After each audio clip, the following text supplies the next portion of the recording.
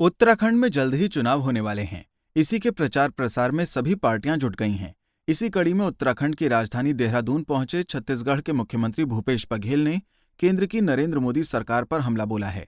वहीं उन्होंने घोषणा की कि उत्तराखंड में कांग्रेस की सरकार बनने पर एलपीजी सिलेंडर की कीमत कम की जाएगी। भूपेश बघेल ने कहा कि हम अपने घोषणा पत्र में वादा करते हैं कि उत्तराखंड में कांग्रेस की सरकार बनने पर लोगों को महंगाई से राहत मिलेगी। उन्होंने कहा कि महंगाई बेरोजगारी पर मोदी सरकार खामोश है। राज्य में बेरोजगारी का इंडेक्स राष्ट्रीय बेरोजगारी से ज्यादा है। हमने बीजेपी को कई चुनावों में हराया है। उसके बाद से ही पेट्रोल डीजल में कमी आई है। वहीं उन्होंने ये भी कहा कि छत्तीसगढ़ में किसान खुश हैं, वही सुविधा हम उत्तराखंड में भी देंगे। महंगाई कम करनी है तो बीजेपी को हराना है। मतदान किया और भारतीय जनता पार्टी की चारों सीट में हराए। उसका परिणाम ये हुआ कि दूसरे दिन 5 रुपया पेट्रोल में और 10 रुपया डीजल में कमी आई। तो इसका अर्थ ये है कि महंगाई यदि कम करना है तो भारतीय जनता पार्टी को हराना होगा। ये संदेश मिल चुका है। मैं समझता हूँ कि पहाड़ी की भाषा पहाड़ी ज़्यादा अच्छा समझेंगे और उत्तराखंड में निश्चित रूप से कांग्रेस की सरकार आएगी। महंगाई और बेरोजगारी से निजात मिलेगी, लोगों को रोजगार मिलेगा, एक सुंदर उत्तराखंड बनेगा।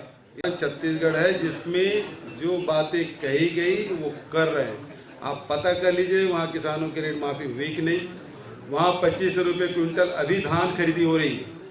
अभी इस महीने के आखिरी तक के धान हमने तो पानी गिरा तो उसको 7 फरवरी तक बढ़ाया। वहाँ धान खरीदी चल रहा है नहीं चल रहा है। पिछले साल 92 लाख मीट्रिक टन धान हमने खरीदा, उसके पहले 83 लाख, उसके पहले 80 लाख। सर आपकी आमदनी कितनी है आपके स्टेट की और यहाँ की कितनी है उसका कंपैरिजन बताइए। यहाँ आमदनी बढ़ाएंगे। देखिए यहाँ 56,000 करोड़ का बजट बता रहे हैं, मेरे 1 लाख करोड़ का। तो भैया यहाँ तो 2500 नहीं बोल रहे ना।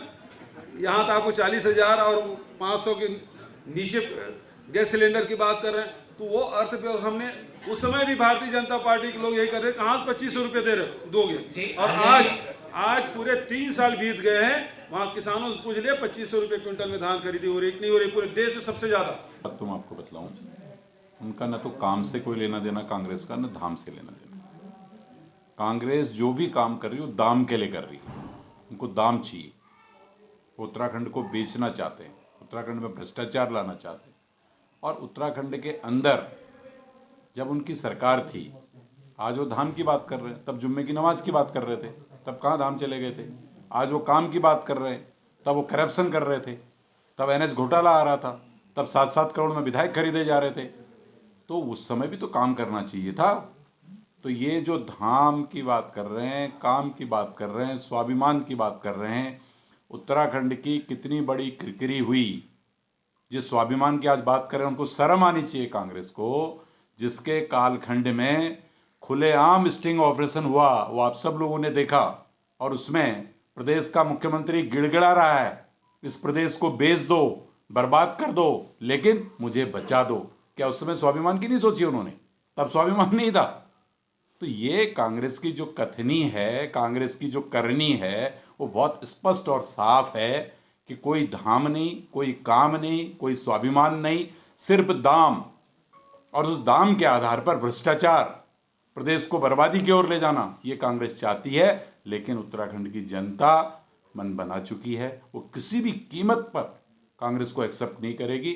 बता दें कि सोमवार को बघेल ने देहरादून में कांग्रेस कमेटी की कैंपेन थीम, कैंपेन सॉन्ग और उत्तराखंड स्वाभिमान 4 धाम 4 काम का विमोचन किया। पार्टी के इंटरनेट मीडिया के व्हाट्सएप प्रोग्राम को भी लॉन्च किया गया। इस दौरान कैंपेन वाहनों को झंडी दिखाकर रवाना किया गया। इस मौके पर कांग्रेस के कई नेता मौजूद थे। पंजाब केसरी टीवी के लिए देहरादून से आशीष रमोला की रिपोर्ट।